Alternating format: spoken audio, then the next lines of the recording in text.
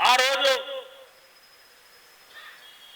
ఈ ఆంధ్రప్రదేశ్లో ఉమ్మడి రాష్ట్రంలో ఉన్న ఒక సినీ యాక్టర్ ఎన్టీ రామారావు గారు, తెలుగుదేశం పార్టీ ఫౌండర్,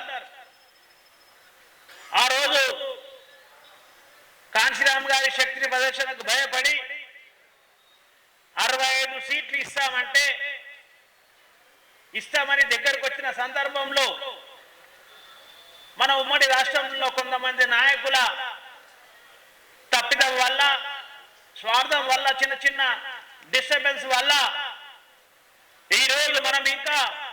బహుజన ఉద్యమాన్ని ప్రారంభ దశల్లో చూడాల్సిన పరిస్థితి మనం ఉన్నామనే విషయాన్ని మీ దృష్టికి తీసుకొస్తున్నా. సోదరులారా,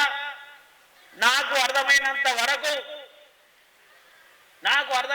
వరకు ఏదైతే కాంశీరామ్ గారు